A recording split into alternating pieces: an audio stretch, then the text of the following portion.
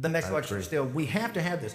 What the CIA, what happened in Ukraine, what the CIA has done, what DNI is doing, what the Justice Department, what the FBI, what DIA and the Pentagon. Because right now we only have a tenuous grip on those. We have 2 people at FBI, Cash and Bongino. We've got a handful of people over at the Justice Department in a massive 30-some person, or 15,000, 20,000 person operation. We have 3 or 4 people at DNI with 17 agencies. We're putting a couple of people in there. At the Pentagon, we got Pete and a handful of guys. And every time a guy steps up or the team steps up to say they want to stop the forever wars, they're turfed out. He's lost 10 people since we've even got there. And every time Bridge Colby tries to do something, Bridge Colby's on the front page of that he's an appeaser.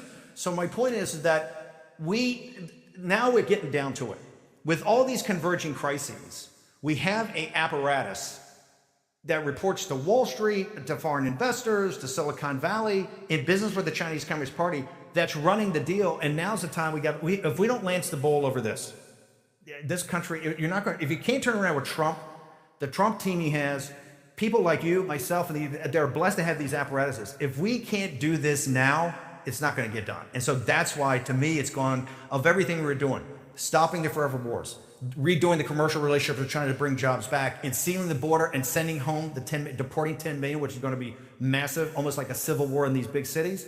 Of all of those, and I've always said the deportation is the most, to get our sovereignty back, the war we have to have now, the throwdown we have to have now is with the deep state. And we can't, I think we've looked away too often. We just kind of kicking the can down the road. And if we can't do it now with Trump, it's not going to get done. It does feel like Fox News is playing, and I never criticize Fox because they were so kind to me, but they are playing a central role in the propaganda operation here. It feels like let's go back to the Iraq War. I mean, you were there, you saw it. Look at the Iraq War. I promoted it because of the information you were giving. Yeah. Knowingly what they did, if you go back and look at Iraq, it's not like these things are successful. They're not successful. They're unsuccessful. They can't be successful because, as Lincoln told us, what you need is popular opinion to have your back. And we don't do enough about educating the American people on what reality is. In fact, they give them the exact opposite. That's why the rise of Trump is from 2 things. The rise of Trump is from the failed Iraq War and from the 2008 financial collapse. Exactly. You had Buchanan before that. We had Perot before that. We had even Reagan from some populism nationalism. You had these sprouts. You could see people were trying to get there, but they couldn't. It was those 2 cataclysmic events, right? An epic failed war, right? That we were lied to about everything, the reason we went in. Because remember, at first the American people supported it, given the information they were given. Then later, they realized that, hey, not just was the initial predicate for this a lie, all the updates were kind of a lie, right? All the updates were a lie. We really weren't winning, right? Until we sent General Kelly to the Anbar province to be the toughest tribe, it took forever. And 8,000 dead, 50,000 wounded, $9 trillion, $2 trillion, or $7 trillion in Iraq, and $2 trillion in Afghanistan. You're just lied about the entire time. That's what's happening here. We're not being dealt with straight. And I'm just saying that on the information that's put out, the Israeli position on this has changed 3 or 4 times. First, it was the nuclear bomb, the processing. There was going to be something like last weekend. You had to go now. You had to go on Thursday night. It had to happen, right? Then we find out it's a year away at earliest, and then it's a decapitation strike. They're trying to have regime change. That just kind of came up over the weekend and saying, oh, well, since they're there, we're there, we have to do it. Understanding they said this is unilateral, we're doing our own, but understanding that they needed American air assets on the defense to protect themselves. And this is why the Arleigh Burke were rushed in, and this is why American air defense assets have been used nonstop. Now they're talking about, oh, by the way, we really can't take out Fedora. We can't take out the hidden mountainous second part of this. We need American combat sorties. We need American tankers to refuel us. We need the bunker busting bombs, and we need assets. This thing changes all the time. When Tulsi Gabbard's still out there, as the last thing publicly said by a senior intelligence official, she said it in March. They don't have a program. They haven't had a program. And Bret Baier asked, that's what Bret Baier asked Bibi on Sunday night. And Bibi said, well, we have new information, new intelligence. Well, hold it. We were told that we gave you exquisite intelligence. You weren't giving us intelligence. Exactly. We have to have a total vetting. And by the way, we need to get a vetting on Ukraine. We need to get a vetting on, was American intelligence involved? Because it's a 0 probability that without our satellites, without targeting information, without fire control information, there's no chance that the Ukrainians, as courageous as they are, as much valor as they have, could have pulled out something so complicated And so this is right now the fight. The fight has to be, we have to take on the deep state, we have to name names, and we have to basically take these organizations and take them apart. And then you're going to unmask everybody in DC that's not really on your side. You're going to unmask all those people that say they're conservative and say they're Republicans. When they start protecting this, you're going to say, well, hang on for a second. This doesn't mean we're a constitutional republic. Trump's commander-in-chief, this is what a constitutional republic's about. I don't care if AOC's the president later on, or Bernie Sanders, or J.D. Vance, another right-winger. Right now, we have a system that's like the Praetorian Guard. It's got its own national security policy. It's got its own reason for existence, and it doesn't care whether it's progressive like Barack Obama or a economic populist nationalist like Donald Trump. And so that is the fight we have to take on today. You probably heard about 8 Sleep. Lots of people are talking about it. It is a company with one mission, improving your sleep. And it's changing the way people do that, the way they get a good night's rest. We just got word that their team is launching a new product. It's called the Pod 5. It's an original and innovative mattress cover plus a blanket that uses precision temperature control to regulate your body's sleep cycles and give you the perfect sleep, which really, really matters. It can range all the way from 55 degrees to 110 degrees, meaning that you're covered no matter what. It's like electric blanket to the next level, but also a cooling blanket. So it makes you sleep better. Temperature has a massive effect on the way you sleep.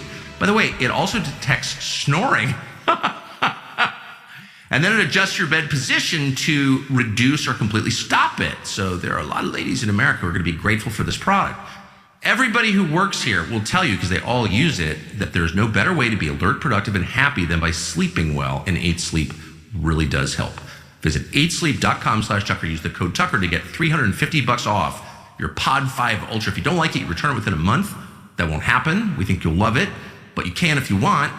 8sleep.com/Tucker. There's this mad scramble in Washington on the right to invoke Trump's name and to make the case that, no, I represent Trump. He's on my side. I'm true MAGA. And you wind up with these kind of hallucinogenic scenes where you have people who hated Trump, who were never Trump. Mark Levin, hates Trump, which is fine. But he's like the standard bearer for Trump. But what makes it even more perverse is that these same people are allied with the deep state that is subverting Trump's stated agenda, which is negotiation toward peace, both in Ukraine and in the Middle East. Trump has said, we want to get to an agreement with a lasting peace so we can all be richer, safer, and happier. And in both places, his so-called allies who secretly hate him have destroyed that. And most of those guys, are almost all of them, to a person, work for the Ukraine war. People in the audience should understand one principal thing. We are farther down the pike in a kinetic part of a third world war than how World War II started. If you go back from September 1939, the invasion, the start of the European war, not the Asian, but if you start with the invasion of Poland by the Germans, and you go to June of 1941, the invasion of Russia by the Wehrmacht, and you look at that time, which really they called the phony war. You look at the casualties from the Battle of Britain, the Blitz, the fall of France. You look at what happened in North Africa early on, Finland, throwing 300,000 Finland. You add it all up, it's not half of what's happened between Ukraine and Gaza today, and now in Persia. We are much bloodier. We're in a shooting part of the Third World War. The Third World War is not about to start. It has started, and that's what Trump is saying. What he wants to do is have everybody lay their guns down. Let's get to the table and figure out a tenuous, at least subtle peace that we can then use capital and trade and commerce and try to rebuild these countries, and let's get people back to work and maybe tamp this thing down. Whereas the apparatus is exacerbating the conflict part of it. That's where we are right now in the summer 2025, and this thing is going to be in the next 200 days. The next 200 days are some of the most perilous times for the American Republic in its history. Because if we don't get this sorted, we're going to be drawn in totally into a conflict as a combatant, as not a supplier of logistics, or as an actual combatant, a participant in the situation in Ukraine, what they did in Russia, and the situation of what Israel is right now doing to the mullahs, as bad as they are and as evil as they are, right? We're going to get sucked into a shooting war of which it'll be 10 years, and the casualties will dwarf anything you saw in World War II. One of the lessons that we never talk about from World War II, since you evoke the comparison, is that the second the shooting war started in Great Britain and the United States, opponents of the war went to jail. And Winston Churchill's entire political opposition went to jail with their wives for the duration of the war, and some of them died. That's been completely, it's just a fact. And you can call those people whatever you want, and they may have been terrible people, whatever, but they were his political opponents, and he put them in jail. And Roosevelt did, sick the federal government on opponents of the war, flat out. So if Lincoln did the same. And Lincoln did the same. That's exactly right. I love Lincoln. And in areas that we control in the Revolutionary War, which is not a lot, the same thing happened. That's called war. Exactly. This is what happened. Exactly. And opponents of war are invariably described as allies of the enemy, and they're persecuted. Do you worry about that happening to you? You just said on camera, I don't want this war, but we're moving toward a third world war. Well, I saw look. Are you worried about going back to jail? I went to prison on a misdemeanor, but it was kind of one of the same things. I wouldn't testify. I wouldn't turn, because I said this committee is not legitimate. Doesn't have a ranking member. Doesn't have a minority counsel. Is totally legitimate. Plus, he's got executive privilege. That's good enough for me. And if I have to fight this, and I think it's going to go to the Supreme Court, although I've served my prison sentence, I'm taking it up to the Supreme Court because I had a pretty good ruling, not terrible, from the appeals court. A couple of the judges are making arguments about why I should take it further.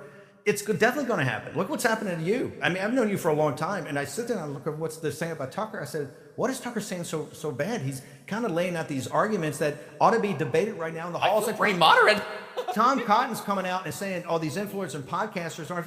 Well, let's have a debate. When we had a debate about the Ukraine, about the funding of Ukraine in the Senate, we beat them. This is why Mitch McConnell had to resign. Because why? Because the podcasters and influencers are much closer to the MAGA base and can deliver the heat into the House and the Senate, and they know that. I'm all for having a War Powers Act debate right now. Exactly, I agree. Let's have the American people weigh in, because you're going to see the American people are 90% against forever wars. And even people that support Israel are saying exactly what we're doing here. We thought we had this thing in Gaza you had to clean up with the Muslim Brotherhood and Hamas. Next thing you know, we're bombing Tehran, and you're taking income. What's happened in Tel Aviv over the last 24 hours is pretty shocking, because you're taking these ballistic missiles. What's Trump been saying?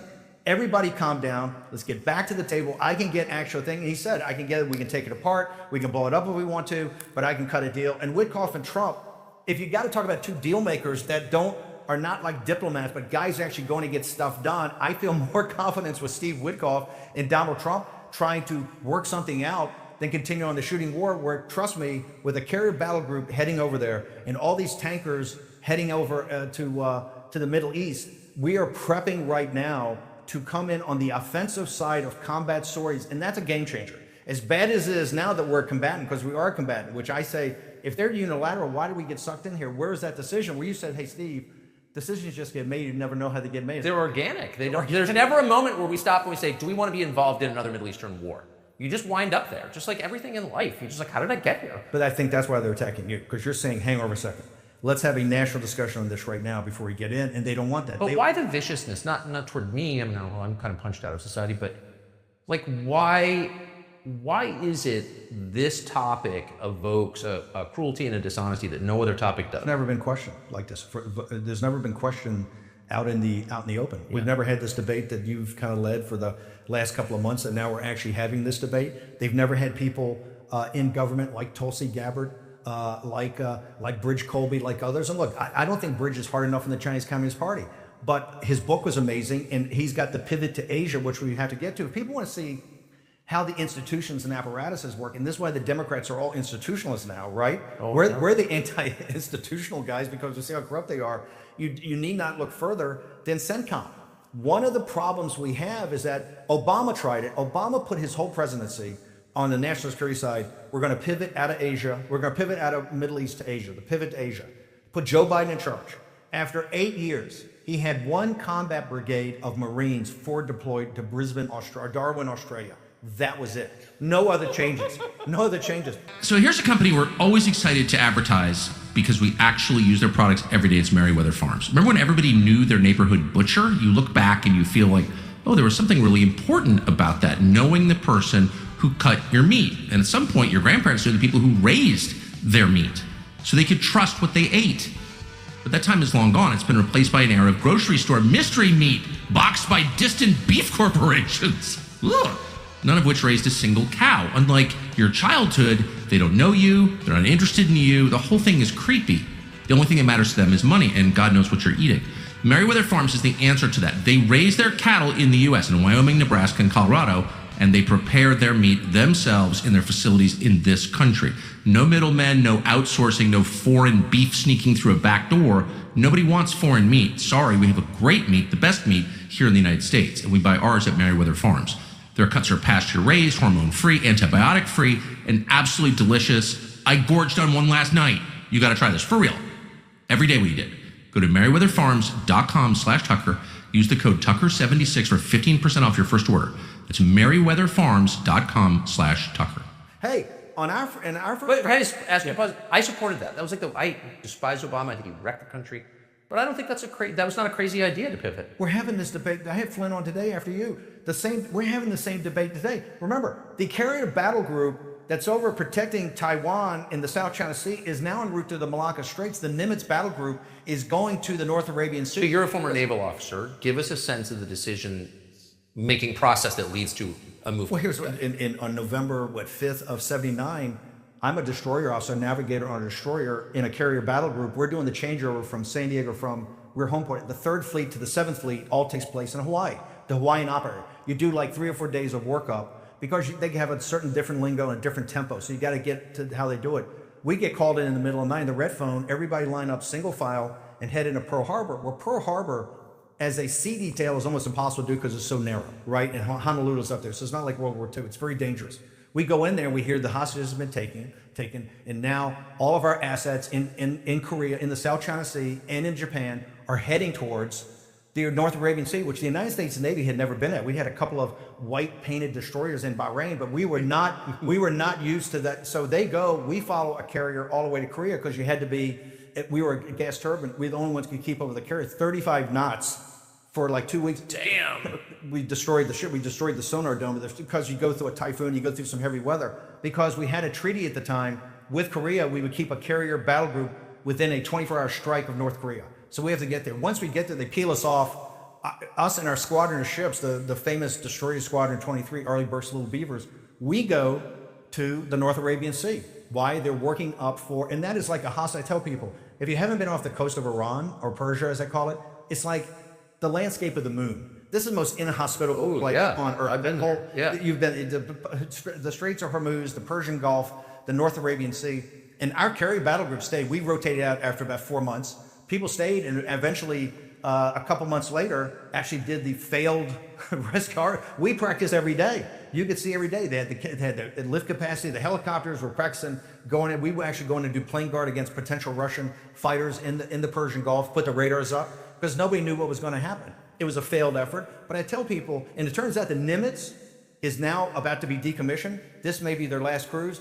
They were there 50 years ago. Is the first time they really got commissioned. Their first assignment was in Gonzo and Camel Station in the North Arabian Sea. So these are big decisions the Pentagon makes particularly today, when they decide to take a carrier battle group, strike group, away from the South China Sea in the defense of Taiwan, given how on pins and needles we are there, because the Chinese Communist Party are not doing exercises, they're doing rehearsals for an invasion. Yeah. To take that out and to take it to the North Arabian Sea is signaling the world that we're about to do something. And that's what's so scary right now. And when you get to your theory that these decisions, you're just getting inexorably drawn in, now we have all of our basically air assets that are ready to launch combat sorties on Tehran and whatever else happens, they're in place. So it just takes, it's not like you make a decision, well, it'll take us a week to get there.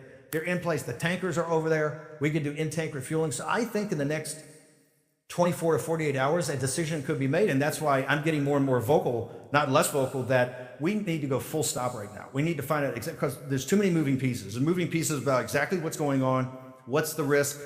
We haven't had a full debate about this. And I would like to see some voices come forward. I'd like to see Tulsi Gabbard come forward and tell us, has anything changed in DNI, which is 17 agencies, including the CIA for this, has anything changed from what you told the public at a hearing in March? If it's changed, let's just hear it. I would like to have John Ratcliffe go to the sticks, and I think Ratcliffe's a good man. John Ratcliffe should go to the sticks and say 2 things. Number one, we had no involvement at all in the Ukraine assault under Russia. Just say it, because he's kind of been in hiding in that. And then he ought to be open to He's never criticized. No one ever criticizes John Ratcliffe. Well, the reason I think they're not I think the reason they're not criticizing John Ratcliffe, and John Ratcliffe's a good man, but you have to remember, John Ratcliffe was a mayor of a small town in Texas that went to Congress, did a great job. President Trump likes him a lot. He's got Mike Ellis over there, but they're 2 guys right? We don't have 10 political appointees, which we should have. We got 2 guys running that building. That's the way the agency's structured. There's no civilian control of the CIA. No, well, you know better than anybody, but it runs the way it's going to run. I mean, we send Pompeo over there. It's an army. It's a business. It's a government agency. It's a country. Venture capital firm. It's literally a venture capital firm, and its budget is unknown. Its reach is, and we have no idea what they're doing. of course, because the majority of things that they do are not, U.S. government employees doing. Even the door kickers. No, they're working through some exile group they've been funding for 30 years, right? They will also look you right in the eye. Oh, I know. And lie to you. Oh, because that's the wilderness of mirrors, right? Look. And they're smart. Somebody said to me the other day, someone knowledgeable said, the problem with the U.S. government is like, why can't we do this or that? And like, if you wanted light rail, we couldn't do it.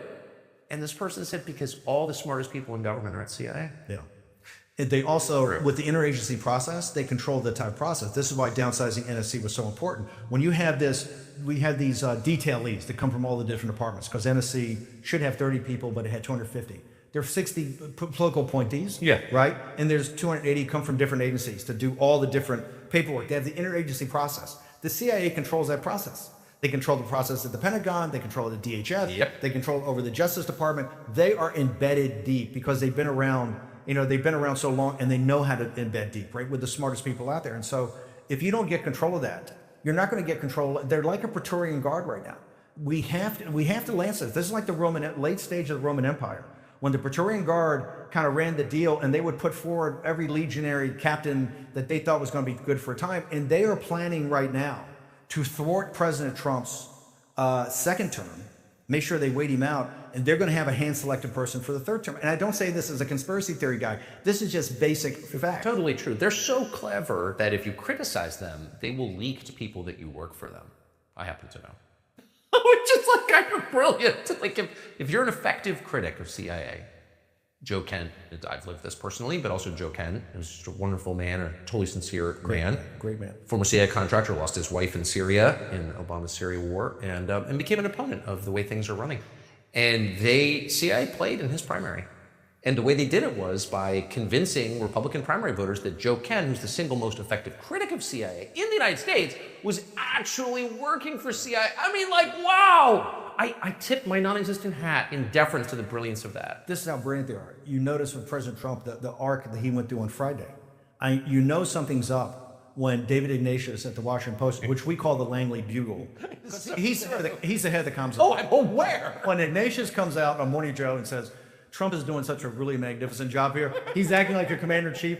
That should be the red flare that goes up and goes, what the fuck? No! So, I mean... It's too friends why I don't have a TV, because it's too frustrating to watch. Like, I don't know a single person who doesn't like David Ignatius personally, and that would include me, and he's just such a courtly man. He's like the Murdochs. He's just like, you can't dislike him. He's just got elaborate, wonderful manners. He's very nice. But, like, he is the spokesman for CIA, and you wonder... The Washington Post is the Langley Bugle. It's unbelievable. The Langley Bugle. When Louis Joyland West, who was one of the last visitors to Jack Ruby in his cell before he went insane, was a CIA physician and, deeply involved in a lot of really some of the darkest things we've ever done. When he died, I went and looked up the Walter Pincus obit from the Washington Post. Walter Pincus was the CIA. I think Walter Pincus wrote it. And there was no mention in the Washington Post obit that Jolly West worked for CIA.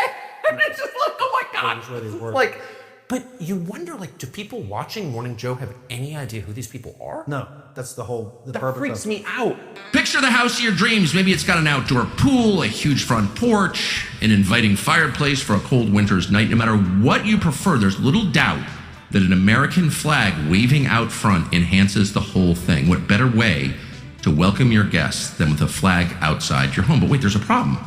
The American flags you're likely to buy at some big stores were made in China. An American flag made in China? Come on. Pure Talk, America's wireless company, believes every American deserves an American flag that was made in America. And that's why they're determined to give an allegiance flag, the highest quality American flag, to 1,000 veterans in time for summer. Pure Talk is using a portion of this month's sales to honor Flag Day and provide these American flags to American veterans. With plans from just $25 a month for unlimited talk, text, plenty of data, you can enjoy America's most dependable 5G network while cutting your cell phone bill in half for real. Go to puretalk.com/Tucker to support veterans and to switch to America's company. Wireless from Pure Talk.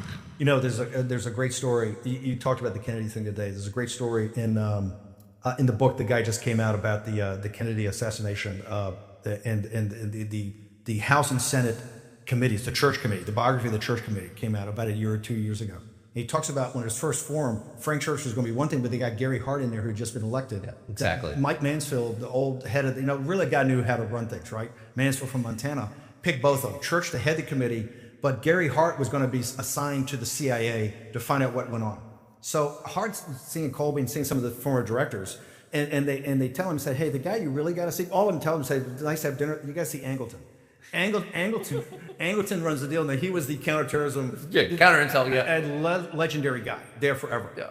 And he goes to, I think, the Metropolitan Club, of course, for dinner. And Angleton would take a drink, and Gary Hart's sitting there kind of working him. And so towards the end of the evening, he can't get up enough courage to ask the question. So finally, he says, it's about over. I got to do this. He says, look, Mr. Angleton, I just got a question from the committee. We need to know, did the CIA have anything to do with the Kennedy assassination? He asked Angleton that? Yes, Angleton. It's in the book. Call it. Angleton takes another drink, puts it down, and goes, Senator Hart, you were a theology major, were you not? He goes, yeah, as a matter of fact, I was a theology there. So you know the New and Old Testament pretty well? He goes, well enough. He goes, in my father's house, there are many mansions. Gary Hart goes, what the fuck? Didn't ask another question. Went back to Church in Mansfield. Mansfield goes, okay, shut it down. He goes, no, this is why they came out the CIA. Remember, they had tried to kill guys in the Congo. Oh, yeah. They even had the cigar and Castro. Nothing about the domestic stuff at all. That all got shut down immediately. And they figured, it was a Lumumba in Patrice Lumumba in Congo. In Congo, and they had tried to kill or killed 3 or 4 other guys, maybe Dag Hammarskjöld, who knows? But they They got into all these things that the American people are interested in. Why are you killing foreign leaders? But they didn't get to the heart of many mansions. Gary Hart goes, I'm not going any farther on this one, right? And within 10 years, Frank Church is dead of galloping cancer, and Gary Hart is totally destroyed in 1988 through the leading presidential candidate at the time. Oh yeah. With a picture. Gets lured onto the monkey business. And then and then his house, the first time they ever just surrounded his house, remember? Oh, I never forget it at all. And boy, and the Washington Post led the charge. And I'm not for Gary Hart or whatever, but by today's standards, cross him though. You're gonna this is gonna be payback. It's literally unbelievable. But you can't. How do you have a real country in the middle of that? Like, I don't understand. Well, you can't. I think you make the point. Since 1963, we've devolved, and that's what I'm not kidding. As Elon was the special government employee to do Doge to try to get waste, fraud, and abuse, I think because we're at war now, and the war we're at is an internal war. It's an internal war with this apparatus that we finally have a leader that will have the back of people that will go in, because he wants it taken down. I think he's getting terrible advice around that. Someone like you, not to organize it, but who knows the history of these institutions and quite frankly, where the bodies are buried, have to come in as a special government employee to help get the people on the ground organized. We have to go to war against the deep state now. If we don't go to war with the deep state immediately and have a couple of wins that we can point to and some momentum and put them on their back foot in the next 200 days, nothing in America is going to change. And we should be clear about who's serving its interests. Tom Cotton, who's the chairman of the Senate Intel Committee, the Select Committee on Intelligence, was one of the primary drivers of secrecy around the Kennedy files. So Tom Cotton, I think, was born in the 80s, and I like Tom Cotton a lot. I know him. I know his wife who worked at CIA. Super nice people.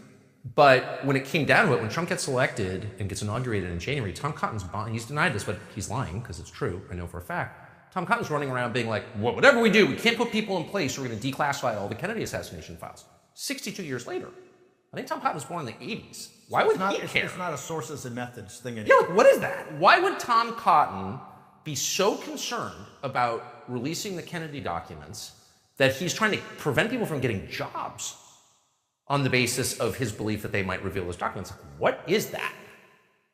Because it's disqualifying. He shouldn't be in the Senate, of course. He knows that is the key that can pick the lock. That something happened in 1963. We had a coup d'etat. Yep. Yes. The country's never faced up to it. No. The country understands that like 80% something's dead wrong. They understood at the time the Warren Commission was gun-decked. Yeah. You go back and read this new book by a New York Times writer. You see what a joke it was, how the FBI stepped in immediately. Jerry Ford was their guy. It was a complete joke. But who was made president without an election? Made president without election. I'm just saying, there are no coincidences.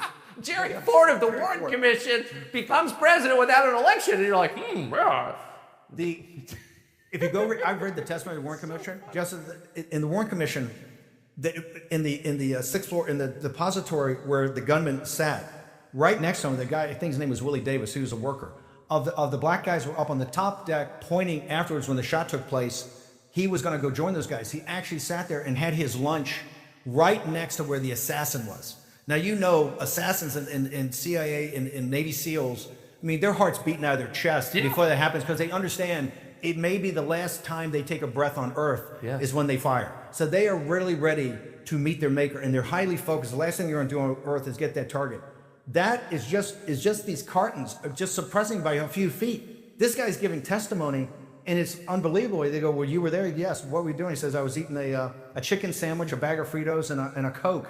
And they're going, you're right next to him, and everything's going, and you're hanging on the edge of it. And then all of a sudden, Jerry Ford steps in and goes, excuse me, I have a question. Do you have a criminal record? And the guy goes, excuse me? He goes, do you have a criminal record? And the guy goes, well, I was picked up. No. You're a felon, right? And the whole conversation drops, and I go, oh my God, we're literally at the moment, literally 10 minutes before the shot takes place, we have a witness that's there, and you got to ask him, did you hear anything? Did you see anything? Yeah, no. And Jerry Ford told us, and as you mentioned, with Angleton and the guys, a few years later, out of nowhere, on Watergate, another operation they were deeply involved in, right? He's made vice president of the United States. Yeah, because the president's most popular president in American history is undone by a naval intel officer posing as a journalist. Exactly. Just from the Washington Post. You probably have a lot going on in your life, meaning you don't want to waste a lot of time thinking about life insurance, though you know you need it. We all need it. And that's why our friends at Policy Genius make it very, very simple. With Policy Genius, you can find life insurance policies starting at just $276 a year for $1 million in coverage. Compare that rate with prices from other providers, which Policy Genius will help you do for free, and it proves what a great deal it is. They spell it out for you, all of it. These plans can help cover all the expenses your loved ones will incur if something were to happen to you, and those expenses remain even though you're gone. Things like mortgage payments, car loans, credit card debt. And that's not to mention Policy Genius's customer service. Their licensed team helps you get what you need fast so you can get on with your life. They answer questions, they handle the paperwork, they advocate for you throughout the process. It's super easy. Life insurance itself can be complex. It's not a one-size-fits-all product, but Policy Genius doesn't treat it like it is. It lays all your options out clearly, the coverage amounts, the prices, the terms. You don't have to guess. It's super clear. You don't have it because you haven't wanted to deal with it. It's too expensive, it's too complicated. Not anymore. Secure your family's future with Policy Genius. PolicyGenius.com/Tucker. Compare free life insurance quotes from top companies. See how much you could save. PolicyGenius.com/Tucker. So you wonder, like, a lot of this is taking place in private, and it's one of the great frustrations as an American is you don't know what your government's doing, and you have no way to find out. Even when it's done 60 years ago, you don't know. But some of it's taking place totally in public, the Tom Cotton stuff, and it grieves me to say this because I like Tom, and I think he's smart, really smart, actually, and a good guy in a lot of ways. But he's acting on behalf of CIA, not on behalf of the people of Arkansas, obviously.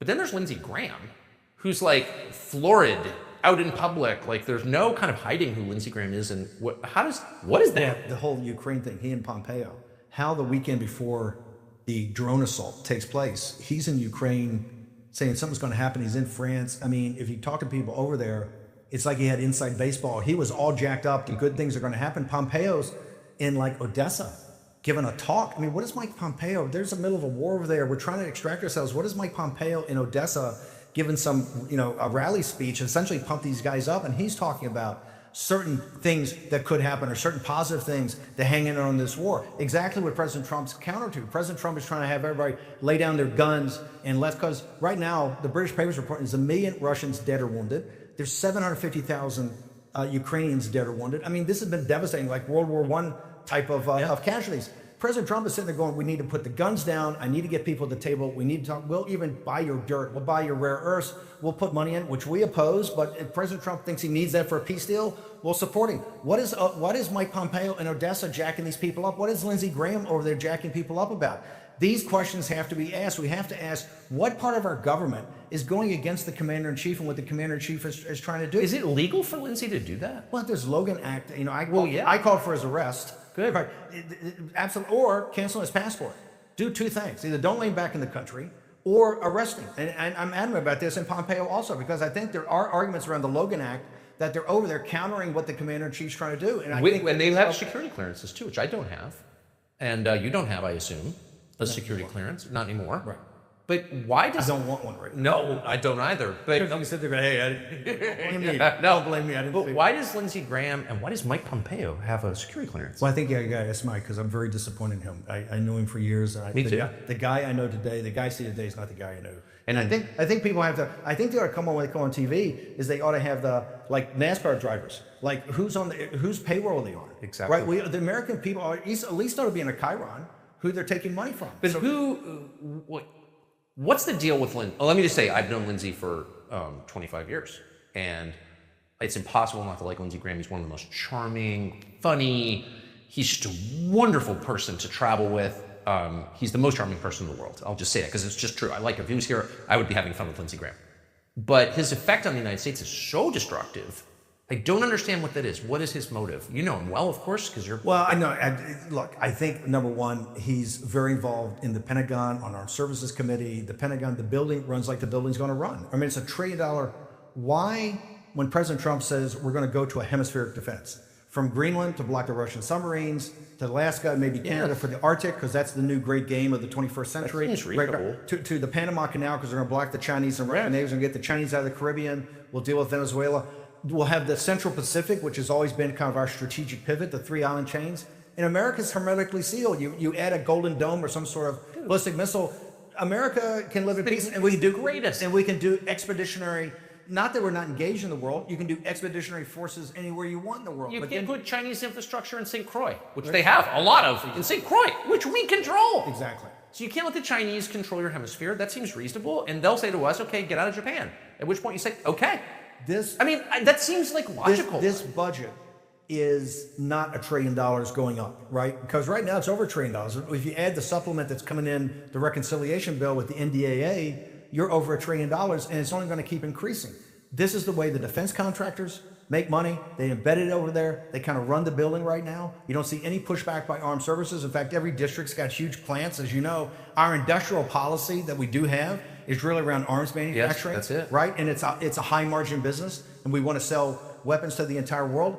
It's that system that's running the country. Remember, the difference between President Trump's first term and his second term is what happened under Biden is a massive concentration of power because they didn't back Lena Khan or the antitrust people like we have now in President Trump's administration, like Gail Slater, and what's happening to the FTC under Andrew Ferguson, taking big tech to court and trying to break them up.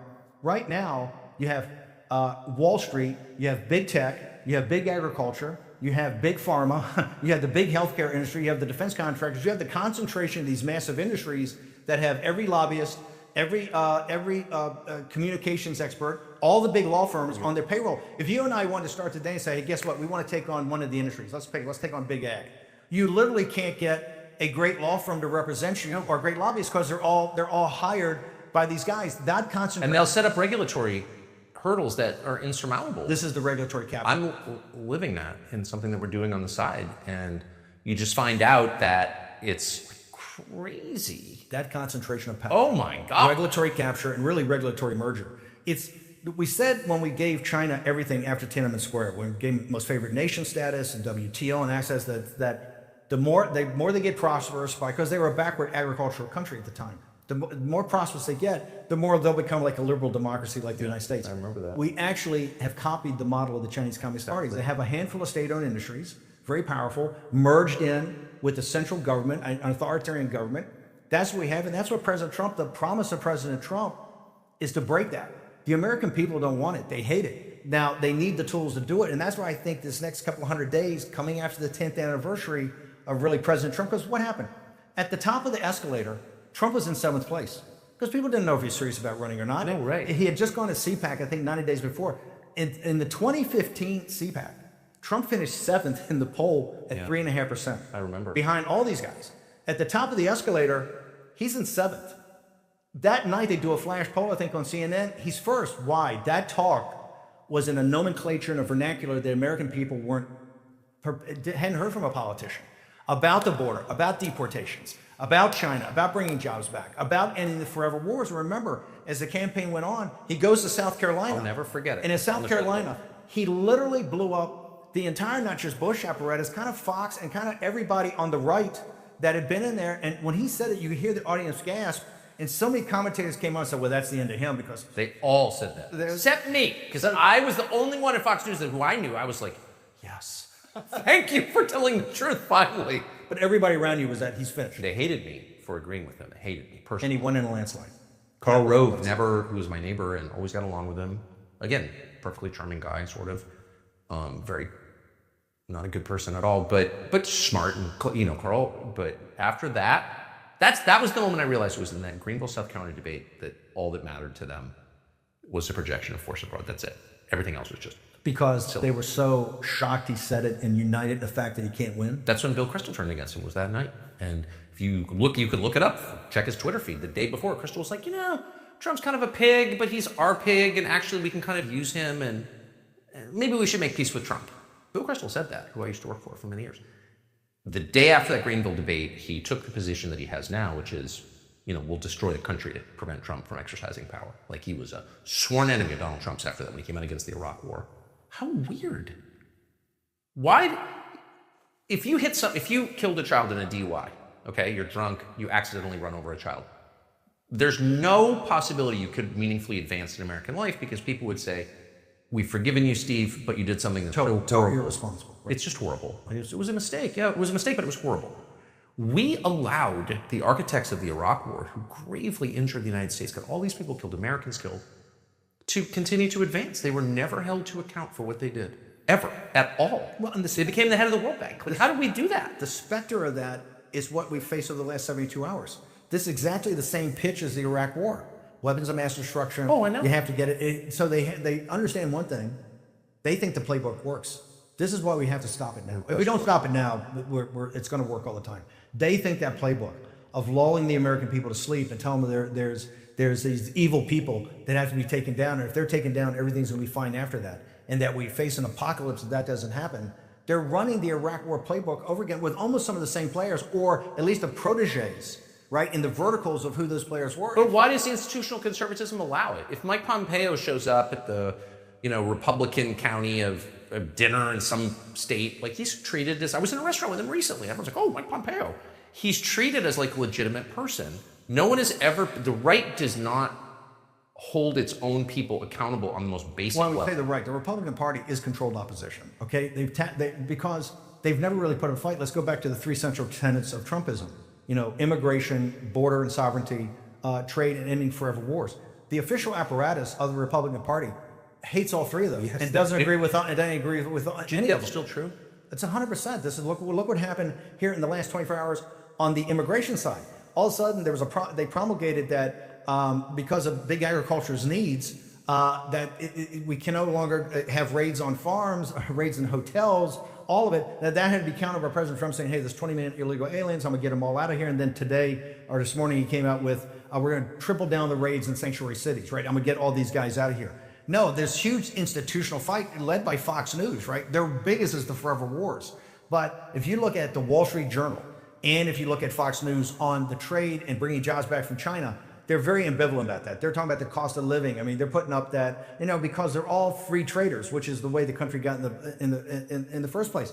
They're also quite ambivalent on the immigration and mass deportation. Remember, mass deportation is just not the criminals. You have to get, President Trump said 20 million. I say it's 10 came in on Biden's watch. They all have to leave. But you're seeing a lot of ambivalence of that, particularly in the Republican Party. They're saying, the Wall Street Journal says, well, no, they add 2%, 1.5% to 2% to GDP, right, because they buy so much stuff. Number two, they've driven down wages among particularly low-skilled Black and Hispanics. I say this is why we put the coalition together. This is why 39% of Black men are voting for us. This is why South Texas is now MAGA territory, because they understand their wages to be driven down. So I think the Republican Party hates the basic tenets of President Trump's platform, particularly the one they most hate is ending the forever wars. That's tied to both Wall Street, it's tied to the defense industry, it's also tied to this mentality that we have an American empire. Remember you and I saying, hey, we are actually a republic. We want to go back to being a republic. The founders of our country, when they set the Constitution, they looked to Republican Rome. That was their source of things, not the Roman Empire. No. What we've done, in fact, they said, I think it was General Washington, don't go overseas looking for monsters to slay. Exactly. Right? We have enough to do here. let's do this. And I think that that's why we've gotten so far off track, and we have an American empire. That empire has to be taken apart brick by brick, because all it's done is to basically destroy the inner workings of the United States, and just particularly destroy the very people who are the cannon fodder in these wars, right? And that's why destroy the nation. Drive around the country. Just get in your vehicle and drive. And I don't see how anybody could say things are better now than they were 15 or 20 years ago or 40 years ago. It's a disaster. And so the empire destroys the country. And you add on top of it the national debt and the $1 trillion every month, and the discussions. We have a discussion. Doge goes to a bunch of different places, but they never go to the Pentagon. They're not really allowed to go to the Pentagon. We have a budget that we're talking about. How do we make these cuts? How do you cut Medicaid? How do you cut the food stamp program? Which all have to be looked at and done. But it's sacrosanct. We can't even talk about defense. We have a $1 trillion defense budget. And I keep saying, Trump's laid out a strategy of hemispheric defense. It's very different than post-war where we were everywhere, the American empire, and really around the ring of the Eurasian landmass, right? And I said, he's talking about hemispheric defense. The budget is totally misaligned with the hemispheric defense, both in the allocation to the Navy, taking down big army. But hey, baby, the defense budget is going to go, and you're not going to cut a penny out of it, because like you're raising your voice as someone that likes Israel and agrees with Israeli nation. You're sitting there, you raise your voice, and all of a sudden you're being eviscerated, that you're an enemy of the Jewish people, that you're an anti-Semite, that not just that, you're an appeaser. And he said Tucker's a pacifist. Right, appeasing a pacifist because they understand. Show up at my house and find out how far my pacifism extends. No, I mean it's slander, and it bothers me simply because it does convince people whose opinions I care about and who I care about personally, and it fractures relationships, and it also comes from people I know really well, and that Ari Fleischer, who I've never respected, but I always liked him, and he wrote something, somebody sent me this thing yesterday, and I'm just a carnival barker, and I'm pretending to have my views, and I texted him, and I was like, come on, like, this is not, I may be totally wrong, you of course disagree with me, that's fine, but that I'm sincere, I'm totally sincere, why else would I do this? Of course he didn't respond to me, but it's painful. Ari, who every day went to the podium and told us just another day away from finding weapons of mass destruction. How could they sit there and lie to the nation? Now, I am quite serious. Because you're a product of Washington, D.C. Yeah. There's no one better in an emergency. We have an emergency. We have a break-the-glass emergency to actually be an advisor to the president, right, in a temporary thing, than you, who know the whole land. You know the canvas. Not that you're oriented, but you could sit there in the NSC, in the tank, or the tanks at Pentagon, but down where in the Kennedy room, and actually walk through. This is the apparatus. This is what we have to do. This is what we have to do with the FBI. This is what we have to do with the CIA. This is what we have to do with DNI, the Pentagon, and then we have people execute that. Yeah, I would never survive that. But I mean, I don't come back. I had breakfast alone in the dining room of the Metropolitan Club this morning, which is a place I love. It's the only person there. It's me and the waiters, who I know well and love. And the second I walk outside that building, I'm like, whoa, the vibe in the city is bad. It's bad. Can you feel that? I feel it. Ever since President Trump left in January 2021, because it was an armed camp then. We had around I left by then. I was like, I'm out. You came to the war room. We had 100 National Guard troops with 2 Humvees, barbed wire everywhere. It took from the guys at Fox and One America to come up to the war room. It's only a 5-minute walk up the hill, 45 minutes to get there. They go through checkpoints. Ever since that time, and I hate to say, with all the positive energy President Trump has brought, it's still a dark specter. This imperial capital is probably, and I tell you why. They understand there's an internal civil war here, that one side's going to win and one side's going to lose. Their belief is they're going to wait us out. That for all the Tucker Carlsons and Steve Bannons and other people around President Trump are sitting there going, the Bobby Kennedys, right, and other people that know how this apparatus works at every level and are sitting there going, we have to do this now. They believe that they will wait President Trump out. And I don't put a possibility of an assassination. If President Trump is to go too far into this and bring you into that, they would not think of an assassination attempt. They have no intention of turning over control and power of the most powerful empire in man's history. It has to be taken from them. And I tell people, we either do it now. If we don't do it now, this wave of kind of people that have come together, we're not going to be able to do it. And if we don't do it, I'm not sure we win another election, because I think they're going to force us into doing either not deporting the 10 million, right, and not securing the border, not forcing China, and not really cutting tough deals to start to bring real high value-added manufacturing jobs back, because Wall Street doesn't want that. They think our labor cost is too high. They think the environmental cost is too high. They love the slave labor of law by China. And most importantly, they're not going to stop the war machine. They're not going to stop. And I'm not a pacifist. I spent 8 years of my life as a naval officer. My daughter went to West Point. She fought in Iraq in 2010 under Obama, right? It's not that we're pacifists. We see what we see. And what we see now is a very evil specter over this imperial capital. And one side is going to win, the President Trump kind of rebels or revolutionaries versus this Praetorian Guard apparatus. And that's why this fight, to me, is going to happen the next 200 or 300 days. We're going to know what side this is going. We're going to know if there's enough momentum on our side to actually win. Yeah, it's a spiritual thing. I texted my wife this morning. The second this administration's gone, I'm never coming back here. And I got here in 1985. It's really shocking. You feel that though. Yeah, it's just dark. It's super dark. And where I live normally is very, it's not thriving at all. It's poor and there are lots of problems and people die of drug ODs and all that, but you don't feel, a lot of people die of drug ODs, but you do not feel this kind of, when we sold our house 5 years ago, my wife sold it over the phone. And next thing I know, it was a great house, beautiful house, super pretty house, not huge, but beautiful, in the District of Columbia. And she sells it to a CIA officer who pays in cash. And the next thing you know, there's a Ukraine flag falling from my flagpole. I'm not making this up. And my neighbor sent it to me. He's like, oh, look what happened to your house. A house I really loved. And I was like, wow, that's just a metaphor. But okay, so let me ask you, you've made a couple of allusions. I almost don't want to ask you because it's upsetting, but to the country coming apart. Yeah. To conflict here. Clearly there's been a rise in violence. This weird Minnesota story, which I'm not even going to ask you about because I don't understand it at all. I don't think anybody does. But I want to ask you about what's happening in California. It does seem like resisting federal authority on immigration is an act of sedition more profound than anything they did at Fort Sumter in 1861. And this is not resolved. What are we watching right now in California with Gavin Newsom? You're from D.C., I'm from Richmond. Yep. I'm raised in Richmond. And I keep telling people, I thought we settled this about federal law and states' rights and succession in the mid-1860s. We had a civil war to determine the outcome of this. We've had that discussion. We've had that argument. It's been settled.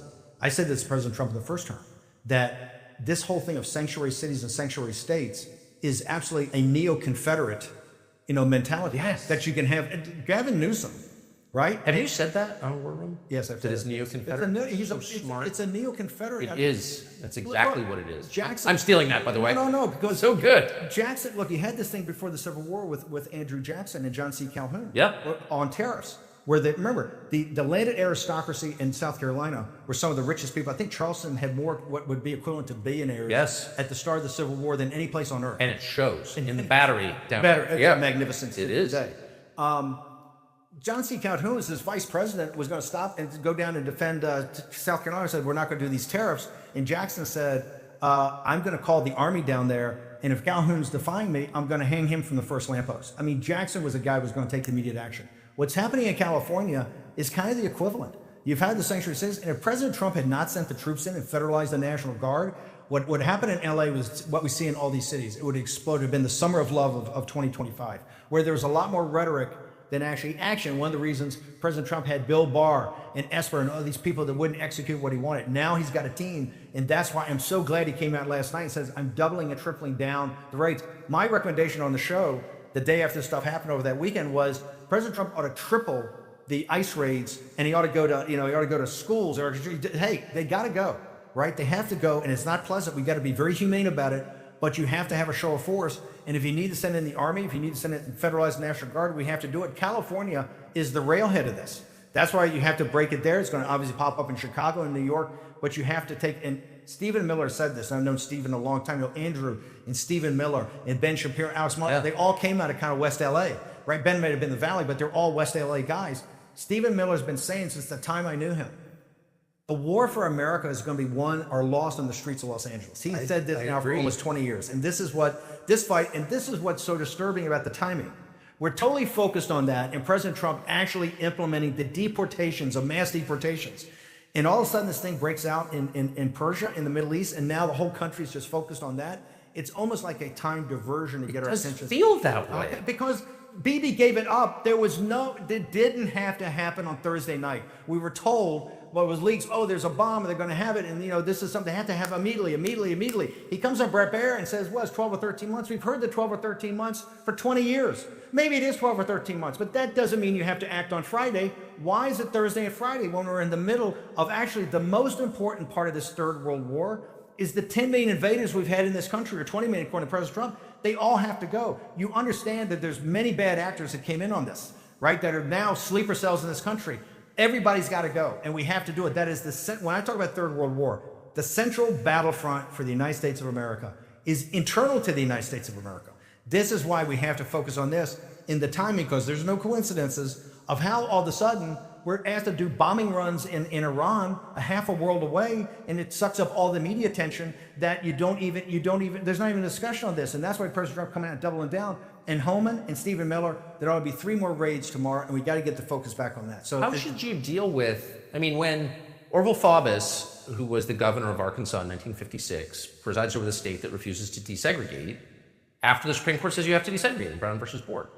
And Dwight Eisenhower, who's not a liberal, says you can't ignore federal authority on a federal issue. This is a Supreme Court decision. And he sends the 101st Airborne to Little Rock, to Central High School, and says, sorry, you're going to desegregate. Now, whatever you think of that, it's kind of disgusting in certain ways, but it's also essential to preserving the Union. I mean, I don't understand. Like, how can you have your biggest state being like, no, to the federal government? Like, what? On a central issue. On a central issue. Yeah, who lives here? Yes. Who takes federal benefits? Right. You know, who's actually a citizen? Who has allegiance to this country? Who gets to choose our leadership? Right. In a democratic This is why this radical neo-Marxist Democratic Party will fight. This is the hill they will die on. So, but I don't understand how you can put up with that. How can you put up with that? That's like maybe a little more important whether Iran gets the bomb. Well, you can't. And by the way, the American people don't. I think it's like 60-40, where they agree with President Trump on these mass deportations. Remember, one of the reasons we're winning the African-American vote is President Trump does not believe, like the Democratic Party and Kamala Harris, in mass incarcerations. He believes in mass deportation. When I was in prison, the only thing I put up from Danbury was like on the 26th of August. I said, hey, victory's at hand. I can tell from the prisoners in Danbury, the young Hispanics and blacks who hate the Democratic Party. Yeah. And they particularly hated Kamala Harris. Because they said, look, the Democratic Party is for mass incarcerations to break our families and to make us dependent upon the government. I mean, these guys were smarter than guys going to Yale in the political science department because it's a lived experience of them. And they support mass deportations because in a place like Danbury, 10% of the prison is bad hombres from these other countries that are the most dangerous criminals, convicts you have in these prisons. People at the street level have our back on this. This is this new coalition. But we have to succeed in this. We have to succeed in the deportations and getting wages to rise. In fact, I think there was just something in the Wall Street Journal. They said wages for low-skilled workers are coming up, right? Because guess what? You have less non-citizens here competing against the people in their own country shouldn't have to compete against a non-citizen for a job. This is President Trump's the centerpiece of the entire Make America Great Again movement. And that's why it has to succeed. And everybody now in the official political apparatus is trying to thwart him in this. And this is why it's so important for him to go. And the deep state is also, remember, one of the reasons that DHS is burning through money and there's not as many deportations. You talk to the guys at the White House, you talk to the guys at DHS, they're still playing by the old playbook. In other words, they have to have a deportation order from a court. They go to a guy's house and make sure there's no kids around. They take like 20 agents a week to go serve on 2 people and get them out of here. Well, obviously that's the old playbook. You have to get much more aggressive on your deportations. I think Miller and Homan are trying to change the culture over there to actually do it. But even there, the apparatus, the administrative state's got its own mind of how they're going to do things. I think this is one of President Trump's big battles. My last question has to do with like the first principle from which these positions flow, which is there's a certain segment of our population, I think the majority who think the U.S. government's job is to help American citizens in America. But there is another very powerful segment, which is most of the U.S. government, that believes the opposite. 10 years ago, I'm on an Amtrak train to New York from Washington for work at Fox, and I get a call from a neocon writer called Julia Ioffe, I think is Russian-born, writing for the New Republic. And she says to me, and at this point, I'm like, she thinks I'm a neocon or something, but she's calling me for like, what do we make of Trump? And she goes, Trump's calling himself a nationalist. She was like way offended. And it was just prima facie, like nationalism bad. And I said, well, I'm a nationalist. And she goes, she's not stupid. And she goes, you're a nationalist? I said, well, I don't know. I think I am. I mean, I like America. I think the U.S. government should work for America. She was like horrified. And I don't think I've ever spoken to her again.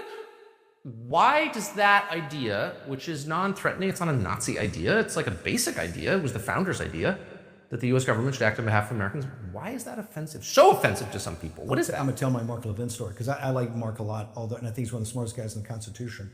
Although, I will say, I think we're opposed on every big topic dealing with MAGA President Trump, just saying. because Mark is a neoliberal neocon, and that's what Fox is, right? Which is different than populism, nationalism. Right. Totally different. The two different, totally. And I've always gotten along with Mark. Yeah, and this is why neoliberals. This is why neoliberal neocons, the whole Fox apparatus. This is what the Murdochs are. There's just a difference. Gore Vidal said it's just two sides of kind of the same coin that run the American empire. Yes. Because American empire is run on neoliberal principles and neocon principles. So Mark, when I kept saying nationalism and populism and nationalism, he calls me up, and Mark, he goes, Bannon, he goes, you got to drop nationalism.